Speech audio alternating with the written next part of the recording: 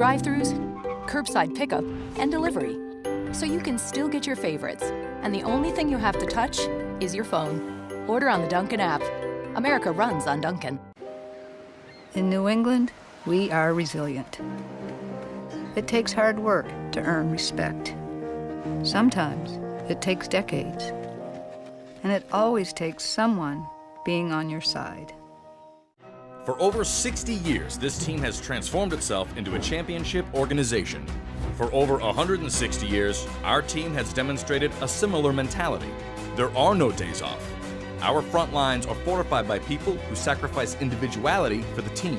Our shelves are also stocked with the best quality products and ingredients. Our team members know their roles. We're proud to do our jobs. Shaw's, the official supermarket of the 6-time champion New England Patriots. My Caleb sofa and love seat. With Bob's discount, you get both pieces for just $7.99. $7.99? Are you joking? Do I look like I'm joking? Yes, you look like you're joking. I'm serious. Cool. Get Bob's discount!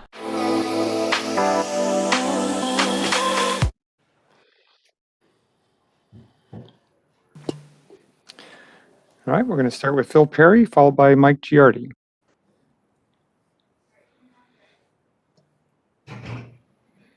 Phil Perry, I think you're muted.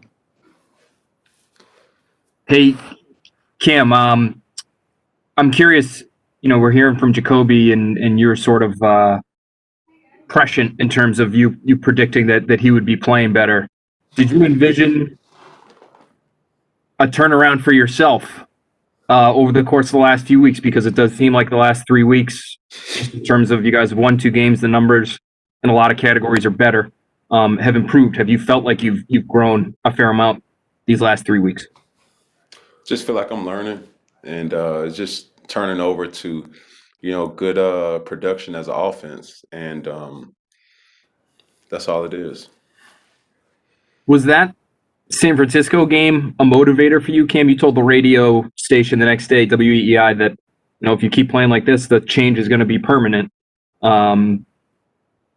How much has that pushed you to any gains that you've made? I mean, yeah, 49ers game, just that performance. I wouldn't necessarily, it wasn't even just that game. It was the games leading up into it. Ever since, coming back from Corona, to be honest with you, I felt stagnant in my thought process, and it wasn't the plays pre-snap production wasn't happening fast enough for me in games. I mean, did it happen in practice? Yeah, but still not fast enough. And even still now, I can get better. So each day, each week is an opportunity for me to, really hone in this offense and just do my job. And that's what it really boils down to. Thanks, Kim. Next question, Mike Giardi, followed by Andrew Callahan. Hey, Cam, on that point about you saying things just weren't clear, I know you kind of addressed it. You're low. Oh, sorry. I'll hold it closer. You got me better now? No? Hello? Yeah, I can hear you. Yeah, I was just going to say, do you still rule out the idea of the COVID fog? You were just mentioning sort of that sort of haze that you might have been in when you came back from COVID. And I'm just curious, the more you think about it, is there anything to that? No, it's nothing to it. It's just the fact that I wasn't able to do anything, for that stint while I was off. And it showed, coming back pretty much dry and knowing that as this offense goes, it evolves. And, just the mastermind behind everything with Josh, his mind doesn't necessarily stop. Whether it's a new play, whether it's something that, we were watching back in 2002, 2011, 12, he has a plethora of plays for certain defenses that he goes to, that we face, that he goes to. And, it all starts before the snap with the identifying certain things, identifying and communicating with the offensive line, with the receivers, with the running backs. And it's my job to do so. And, coming back from, when I did come back, I just felt behind. And, the production here of late is nothing to blame more or less than me just taking, ownership and responsibility that, I just got to be better. And the other thing I wanted to ask you is just when you're in the huddle, I know you're a quarterback, everybody wants to throw the ball, quarterbacks want to throw the ball, but do you feel when the huddle, when the offensive line is going like they've been going and you're shoving the ball down teams' throats, can you feel that momentum and that sort of dominance in the huddle as you call another running play and get up to the line of Oh, without scrimmage? a doubt. I'm a quarterback that likes to win. So I don't care if, like you said, running, throwing, whatever. I want to win. I'm here to win. Anybody that's in that huddle, they want to win too. Everybody in that locker room, they want to win too. So, we have to generate our own momentum, with not having fans or whatnot. And, that's what I would call it. Next question, Andrew Callahan, followed by Mike Reese. Hey Cam, when you look at the offense's success the last 2 weeks, I'm curious how much you might feel, if at all, the sense of the team and the offense specifically finding an identity and knowing, okay, at this point we know what we're good at, we're getting better at those things, and that's driving our success. Well, we just want to hit our keys to victory, and that's what it really comes down to. And each week it changes, but for us, for 1 week it may be, beat man-to-man coverage. Another week it may be we want to be the most physical and dominant team going into the fourth. Another week it may be, let's be great at situational football. Got to have it situations. You know what I'm saying? So, of course, I won't tell you what this week is, but at the same time, we just have to make sure that we hit those marks and do just as coach prophesied, so to speak. And we have to thrive in those situations. When you're first starting to hit some of those, maybe earlier in the season, I know you talked about this after the game on Sunday. Did you have a moment or kind of realizing like, hey, his hit rate on these is pretty consistent? Like whatever he's saying during the week it slowly kind of keeps materializing on Sundays. It's not my job to ever question coaching. I don't care if he says, something pertaining to Mother Nature, something pertaining to what we need to do, something pertaining to whatever. If he says it, it's gold in my eyes and my ears. And, just like me and other players on this team, it's our job to go out and execute whatever is called and whatever is said. We just got to take heed to it. Thanks. Next question, Mike Reese, followed by Megan O'Brien. Hey, Cam, in the spirit of weekly routine, I just want you to pretend you just sat down, and I'm going to ask you this question. How are you today? Undescribable. And now my follow-up question is Deshaun Watson. Yeah, that's my guy. How would you describe your connection with him and what your matchups have been with Deshaun over the years? This is my first time really playing Deshaun, though. Last year when the Panthers played him, I was hurt. But just for him, man, I just love the player, the person that he's grown to be. He's growing to be, not, his stock is still ascending.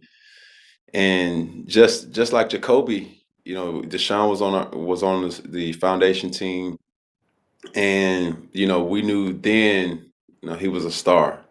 How easy the ball came off his hands, how the ball, he has so much arm talent at such a young age. And I do believe he still holds all the throwing records in Georgia, the state of Georgia, if it wasn't for, I believe it's Trevor Lawrence now. But they went to the same high school, so there you have it. But at the end of the day, is a person that I just sit back, man, and admire from afar, knowing that, I know where he came from. I know, his circle, pretty close. And, he's just a person that's has a bright future in front of him. And, I look forward to Sunday's matchup.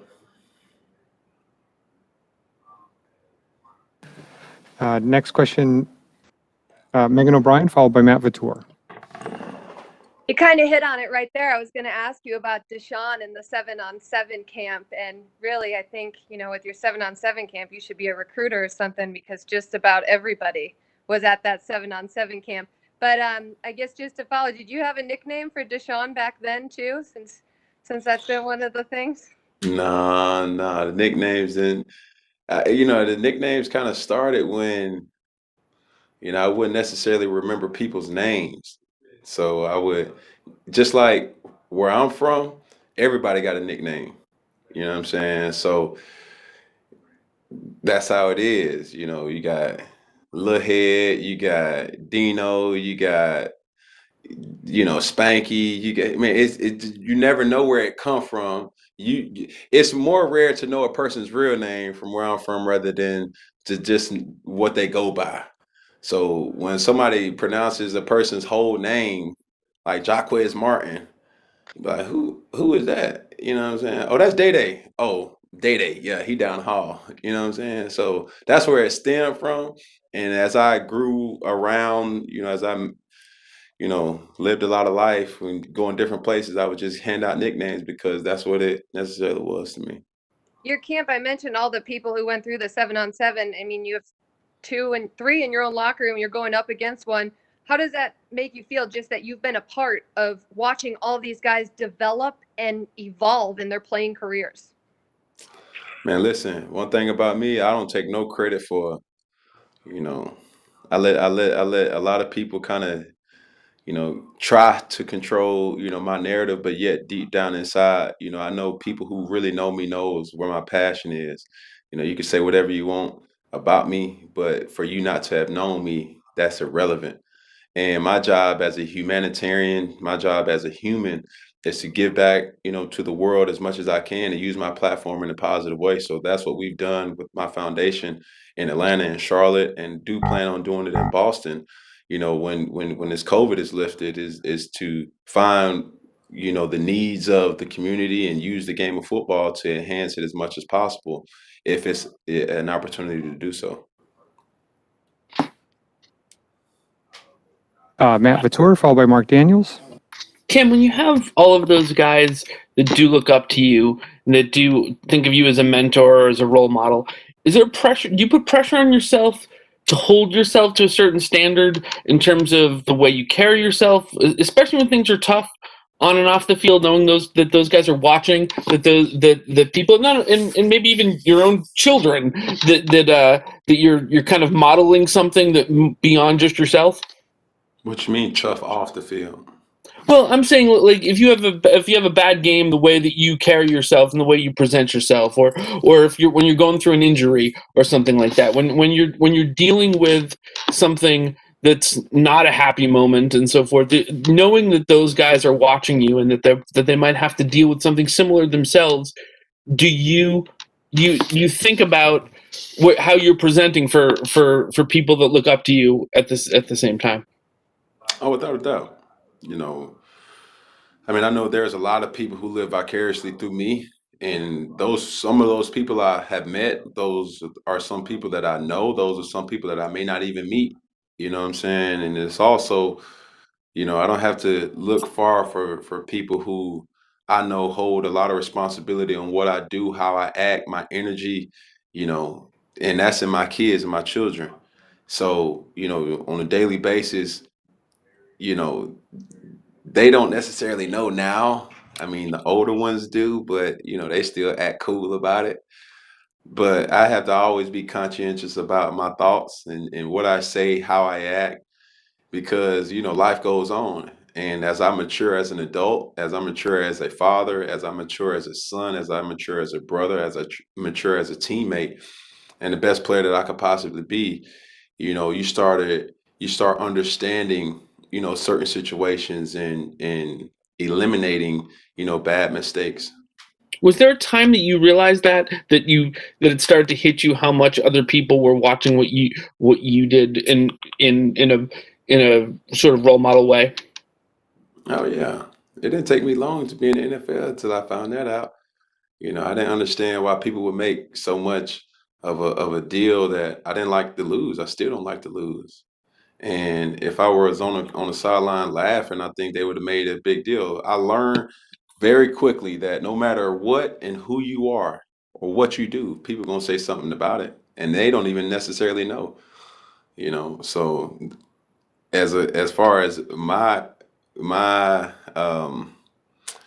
GAF meter, it's really low when it comes to people who really don't know me. So, I just make sure that I use my platform in a positive way, and make sure that I'm always holding myself to a high standard first, and then, everything else is pretty much things that I can control. Thank you. I'm just going to take two final questions here. We're going to go Mark Daniels and Dan Roach. Go ahead, Mark. Hey, Cam. On the 7-on-7 tournaments, do you remember when that first started, and what made you do that and want to help out those kids? Why? It's because it's simple. I'm not about to sit up here and proclaim I'm the most thuggish, ruggish quarterback in this NFL, but a lot of people where I'm from do not have the opportunities that I have now.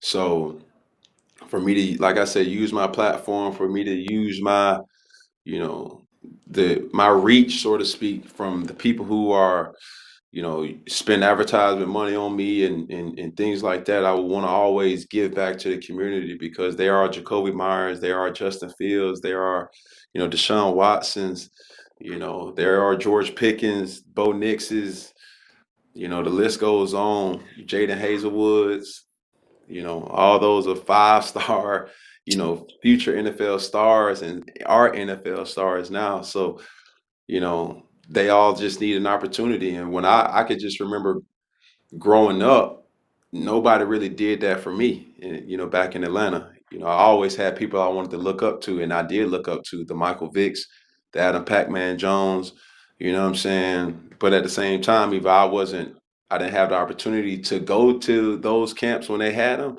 or, it just wasn't in my area where I stayed.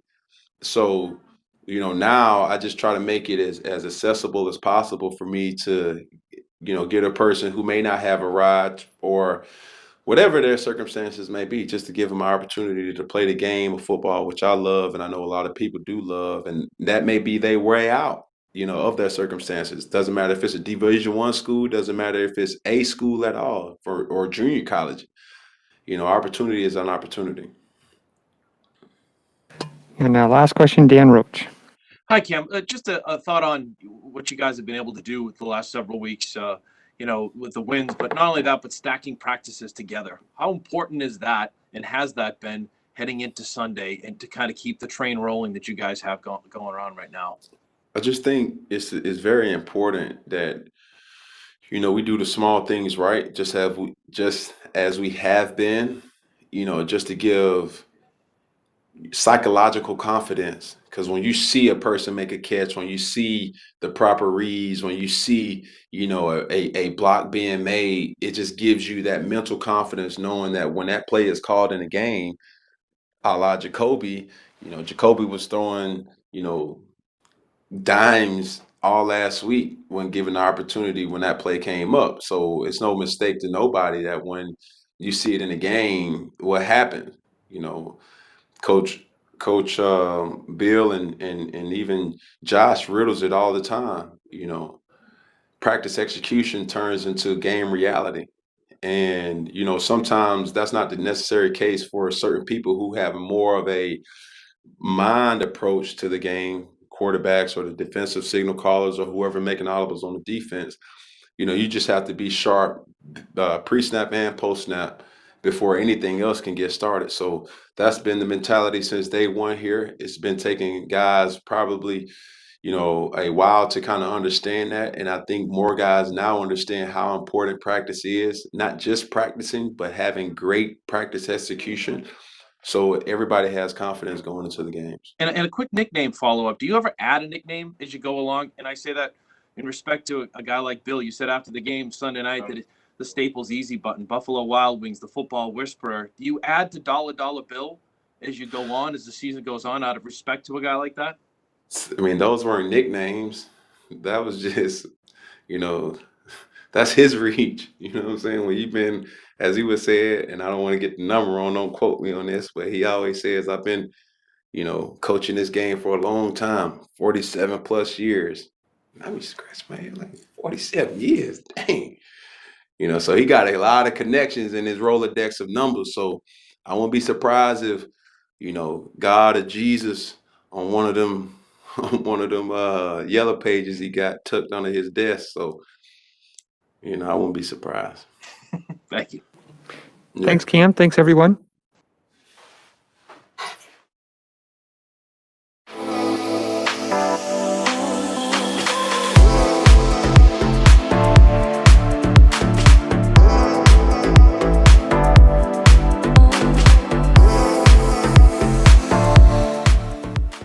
We're changing the way we run with contactless ordering, drive-thrus, curbside pickup, and delivery.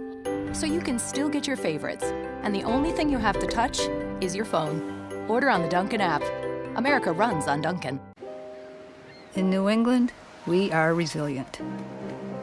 It takes hard work to earn respect. Sometimes it takes decades. And it always takes someone being on your side. For over 60 years, this team has transformed itself into a championship organization.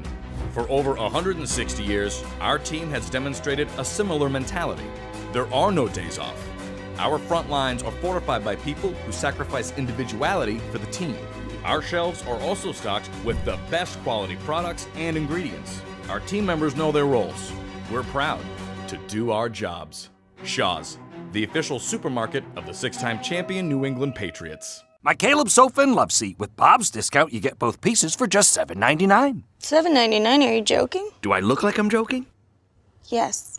You look like you're joking. I'm serious. Cool. Get Bob's discount.